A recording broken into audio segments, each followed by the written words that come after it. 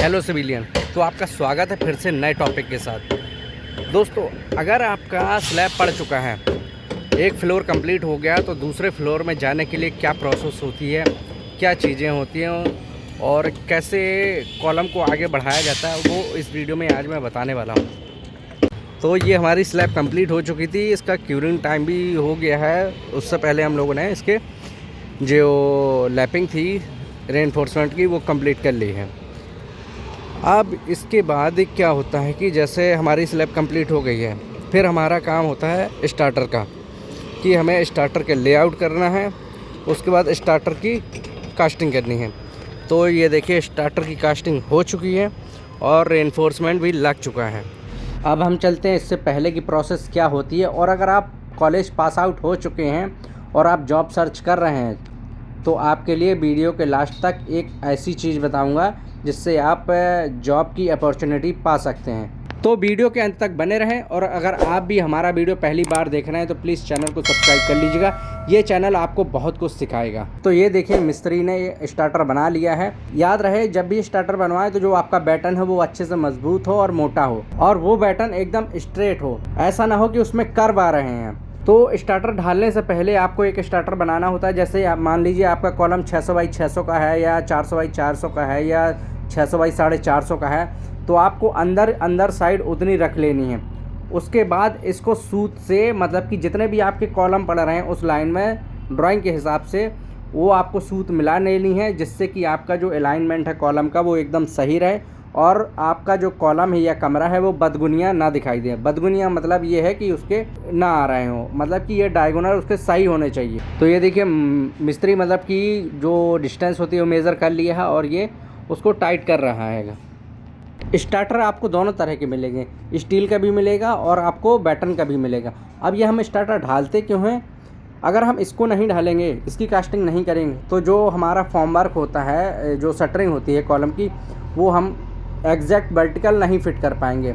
अगर उसको करेंगे भी तो उसको बहुत ही दिक्कत आएगी मिस्त्री को, और हो सकता है कि वो कवर मेंटेन ना कर पाए। और स्टार्टर की कास्टिंग उसी ग्रेड ऑफ कंक्रीट से करें जो ग्रेड कंक्रीट आपका कॉलम का है।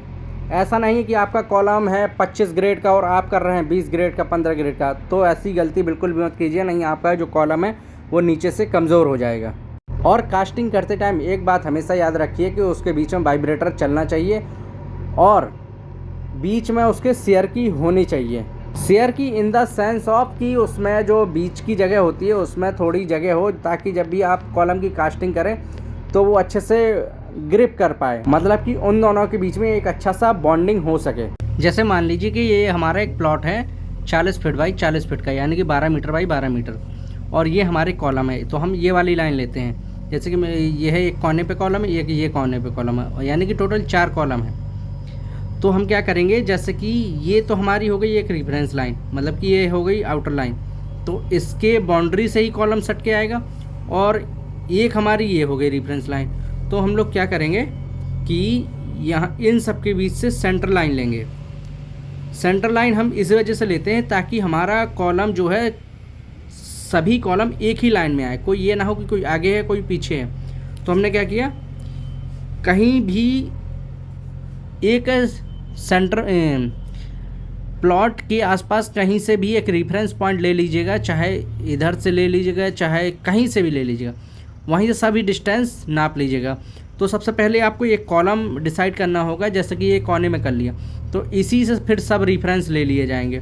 तो जैसे कि देखिए, यहाँ से इन्होंने एक, जैसे ये हमारा एक कॉलम है, तो यहाँ से एक सेंटर लाइन डाली है। जैसे मान लीजिए कि हमारा ये कॉलम 300 बाई 400 का है, ये 300, ये वाली साइड जो है, ये वाली साइड हमारी 300 हो गई, और ये वाली साइड हमारी 400 हो गई। तो जैसे हमने सेंटर लाइन डाली यहाँ से ऐसे सीधे, तो 150 का ऑफसेट हमको उधर मारना पड़ेगा और 150 का ऑफसेट इधर मारना पड़ेगा। सिमिलरली अगर हम इधर सेंटर लाइन डालेंगे तो 200 का ऑफसेट मारना पड़ेगा। इससे क्या होगा कि आपके जो भी कॉलम है वो कोई भी कॉलम आउट नहीं होंगे, और लास्ट में इनका जो डायगोनल है वो भी चेक कर लीजिएगा। जैसे कि 300 बाई 400 का कॉलम है, तो इनका जो डायगोनल आना चाहिए वो 500 आना चाहिए, यानी कि जिसको ज़्यादातर मिस्त्री बोलते हैं कि बदगुनिया नहीं होना चाहिए। तो वो पाइथागोरस लगा के, जैसे कि ये एक 300 है और एक 400 है, तो कितना 500 हो गया इसका डायगोनल। तो जो ये होगा ना, ये वाला, ये 500 आएगा। अब प्लॉट का ये चेक करें कि प्लॉट हमारा बदगुनिया है कि नहीं। जैसे कि मान लीजिए 12 मीटर बाई 12 मीटर यानी 40 फीट बाई 40 फीट पर हमारा जो प्लॉट है, तो उसका कैसे चेक करेंगे? इसी प्रोसेस, मतलब कि इसी मेथड से चेक करते हैं। ये नॉर्मल जो होता है इंजीनियर वो चेक करता है, बाकी जो मिस्त्री होते हैं वो 3 4 3 4 ऐसे करके 3 4 5 3 4 5, मतलब कि होता वो पाइथागोरस ही है, लेकिन वो उनका नंबर डिसाइड रहता है। तो जैसे ये देखिए, अगर हम मीटर में लेके चलते हैं तो जो हमारा डायगोनल आएगा वो 16.97 मीटर आएगा, और अगर फिट में बात करें तो वो आएगा 56.57 फिट। ये तो हो गई थी मिस्त्रियों की लैंग्वेज, मिस्त्रियों का तौर तरीका। अब जो अगर आपकी साइड पे इंजीनियर है तो फिर आपको टेंशन लेने की ज़रूरत ही नहीं, फिर उसी का काम है ये लेआउट वगैरह करवाना। इंजीनियर किस तरीके से करवाता है लेआउट, उस पर चलते हैं। जैसे कि ये देखिए हमारे पास ये हमारे प्लान की ग्रिड लाइन है। अगर आपका एरिया ज़्यादा है तो जो अगर आप ड्राइंग बनवा रहे हैं किसी आर्किटेक्चर से, तो आपको ग्रिड लाइन बना के, जैसे कि ये देखिए ये हमारी ग्रिड लाइन है।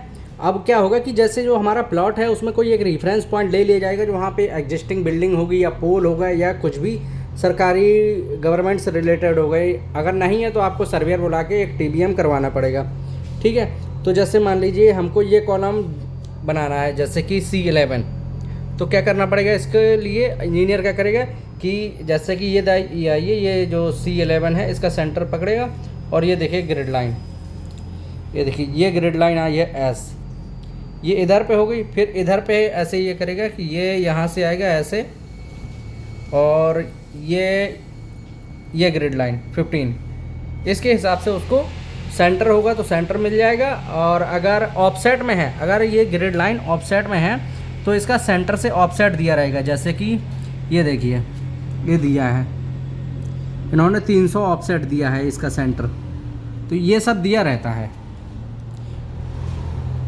ये एक इंजीनियर का तरीका होता है। कॉलम का स्टार्टर कास्ट करने के बाद फिर आती है हमारी बारी कॉलम की शटरिंग की। तो उससे पहले आपने जो स्टार्टर कास्ट किया था उसको पहले डिशटरिंग कर लेनी है, मतलब कि स्टार्टर उसका निकाल लेना है। लगाने के बाद फिर आता है हमारा कॉलम की शटरिंग का। तो ये देखिए हमारे कॉलम की शटरिंग ये लग चुकी है। तो अब बात आती है कॉलम में जो 4 फेस होते हैं उनमें जो शटरिंग होती है, उनमें जो 2 फेस होते हैं वो सेम साइज़ के बनाए जाते हैं, और जो 2 फेस होते हैं वो थोड़े बड़े होते हैं, जैसा कि आप देख रहे होंगे वीडियो में। और क्या करते हैं कि जैसे कि ये देखिए इसकी साइज़, इस कॉलम की साइज़ बड़ी है, तो हम लोगों ने यहाँ जो है 3x4 का पैटर्न यूज़ किया है, और जो छोटा कॉलम होता है वहाँ पे हम 2x3 का भी बटन यूज़ कर सकते हैं। अब बात आती है कि ये शटरिंग में हमारे क्या क्या लगा है। तो ये देखो ये है टाई रॉड, ये होती है 16 mm की, इसको बोलते हैं हम चक नट, इसको बोलते हैं वी नट, और ये MS मटेरियल है, ये MS का पाइप है, ये भी पाइप है बट ये स्क्वायर में है। ये सब चीज़ें हम क्यों लगाते हैं? क्योंकि हमारा कॉलम है बड़ा, तो इसमें क्या होता है कि ये सपोर्ट के भरोसे नहीं रह सकता है, इसीलिए हम लोग इसको टाई रॉड यूज़ करते हैं ताकि ये अपनी शेप में बना रहे। क्योंकि जब वाइब्रेटर चलता है ना तो कॉलम में वाइब्रेशन आते हैं, इसकी वजह से क्या होती है शटरिंग भागने के चांसेस रहते हैं, और जब शटरिंग भाग जाएगी तो हमारा जो कॉलम है ना उसका शेप बिगड़ जाएगा, हो सकता है टिल्ट कर जाए या हो सकता है कुछ और हो जाए। ये देखो इन्होंने रंग में तार नहीं बांधा हुआ है, ये तो किसी में भी नहीं बांधा है। ये बात ही मार दो। तुम्हें कल भी वही काम बताए थे। बांध रहे हो तो एक यहाँ बांधो, एक यहाँ बांधो। ये क्या है? अरे इधर कहाँ अल्टरनेट दिख रहा है? कहीं दिख रहा है? पूरा 4 4 5 5 छूटा हुआ है, तो एक दूसरे रह गया ना। बांधो इसको। कल भी तुम्हें यही काम बताए थे, ये शटरिंग लगा रहे हैं उनको बांध के रेडी रखो। बंद है बांध ऊपर से बांधे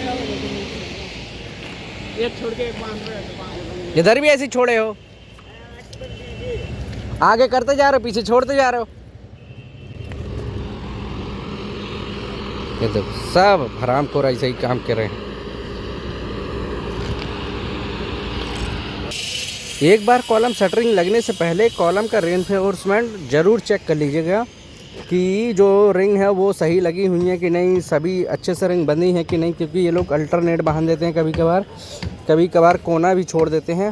और ये जो लैपिंग है ये पूरी लैपिंग सही है कि नहीं, जो ड्राइंग में मेंशन है वही है कि नहीं, और बढ़िया से इन्होंने जॉगल मारा हुआ है कि नहीं, ये सब चीज़ें देख ली। जॉगल हम इसलिए मारते हैं कि क्या होता है, जैसे कि लोड आएगा तो यहाँ से ये इधर फिक्स हो जाता है। अगर मान लीजिए जॉगल ना मारा होता तो ये सीधा ऐसे जाता, इस पे अलग लोड आता और इस पे लोड ही ना ट्रांसफ़र होता प्रॉपर तरीके से। दोस्तों कैंडा क्या होता है ये जानिए। जैसे कि ये सरिया है, ये वाला स्टील और ये वाला स्टील। कैंडा वही लोग लगाते हैं जो बहुत ही प्रोफेशनल होते हैं, जिनको काम तेज़ी में करना होता है, प्रेशर होता है सीनियरों से। तो वो लोग क्या करते हैं, स्टार्टर नहीं डालते हैं, सीधा कैंडा लगा के कास्टिंग करते हैं कॉलम की। अब जैसे कि इन्होंने ये अपने स्टार्टर डालने के लिए लगाया था, सपोर्ट के लिए।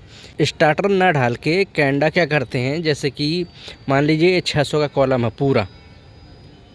पूरा कास्टिंग होने के बाद 600 का कॉलम है। तो जैसे मान लीजिए 1.5 इंची, यानी कि इधर 1.5 इंची और उधर 1.5 इंची का कवर ब्लॉक हो गया, मान लीजिए कवर हो गया। तो मतलब कि इधर तक इसको रखेंगे और उधर तक उसको रखेंगे, मतलब कि 600 का ये सरिया रखेंगे। 600 का सरिया निकाल रखने के बाद इसको यहाँ 1.5 इंची निकालेंगे और यहाँ 1.5 इंची की, पूरा 600 का साइज़ रखे, ऐसे उधर भी करेंगे और इधर भी करेंगे, और फिर उसके बाद शटरिंग लगा देते हैं। तो हमको ये स्टार्टर ढालने की ज़रूरत नहीं पड़ती है फिर। और अगर आप नए ज्वाइन हुए हैं कहीं तो प्लीज़ ऐसा काम मत करिएगा, नहीं तो आपको बहुत दिक्कत हो सकती है, आपकी शटरिंग दाएं बाएं हो सकती है। इसीलिए कैंडा बहुत ही इमरजेंसी में यूज़ करिए। कभी भी कास्टिंग शुरू करवाने से पहले अपना वाइब्रेटर एक बार ज़रूर चेक करवा लें कि वो चल रहा है कि नहीं। फिर जब तक हम लोग वाइब्रेटर को अरेंज करते हैं तब तक देर हो चुकी होती है और हमारा कंक्रीट जो है वो हार्ड हो चुका होता है। शटरिंग लगाने से पहले शटरिंग में बढ़िया से शटरिंग वाइल लगा होना चाहिए, कवर ब्लॉक रहना चाहिए जो भी मिनिमम होता है। और उसके बाद कंक्रीट डालने से पहले उसमें फॉर्म वर्क जो होता है, जो हमारी शटरिंग होती है, जो कॉलम होता है, उसमें 1-2 तसला जो होता है वो सीमेंट का घोल डाल दें। गाइस ये देखो, थोड़ा इसमें ये देख के समझ में आ रहा होगा कि इसमें देखो गिट्टी है। अगर इसमें थोड़ी सी हम लोग बालू मिला देंगे तो सही आ जाएगा। अब देखो गया है वो बालू, थोड़ी मिक्स करना है। ये देखो गिट्टी दिख रही है। अगर आपको कंक्रीट में थोड़ा भी डाउट होता है कि इसमें गिट्टी ज़्यादा है, बालू ज़्यादा है या पानी ज़्यादा है, तो उसको तुरंत चेंज करवाइए इमीडिएटली। क्योंकि मिस्त्री का एक बहाना रहता है कि साहब हमको गोल माल चाहिए, ये फ्लोरी वाला या टीएम वाला मिक्स नहीं कर रहा है अच्छे से। अगर आपने उनकी बात नहीं सुनी और उसके बाद हनी कॉम्ब आया तो फिर समझिए कि इस पूरी गलती आपकी है। वो अपने ऊपर कुछ भी रिस्क नहीं लेते हैं। जब प्रॉपर कंक्रीट अच्छे से बन जाए, गोल माल बन जाए, जो मिस्त्रियों की लैंग्वेज में होता है, उसके बाद ही आप कंक्रीट शुरू करवाइए और साथ साथ में वाइब्रेटर का भी यूज़ करवाते रहिए। जब आपका कॉलम ढल रहा हो तो साथ साथ में उसमें बैटन से या हथौड़ी से हैमरिंग करते रहें, यानी कि फॉर्मर को पीटते रहें। इससे क्या होगा कि जो बबल होते हैं वो नहीं बन पाएंगे और हमारा जो कॉलम की फिनिशिंग वो अच्छी आएगी, उसमें पोर नहीं दिखाई देंगे। कॉलम कास्ट होने के बाद फिर हम लोग करना होता है साहुल। तो ये देखिए साहुल इन्होंने लटका दिए हैं। ये बड़ा कॉलम है तो हम लोग को 2-2 साहुल लटकाने पड़ेंगे दोनों साइड। इसके बाद क्या करते हैं, जो हमारा साहुल लटका हुआ है, जो धागा लटका हुआ है, शटरिंग और धागा के बीच में गैप नापते हैं। जितना हमारा नीचे है उतना ही हमारा ऊपर भी होना चाहिए।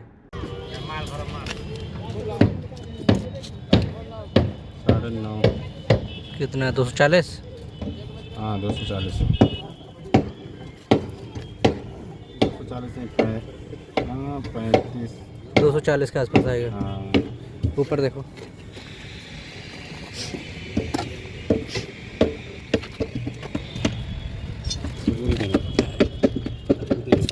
ऊपर ऊपर 3-4 घंटे लगेगा।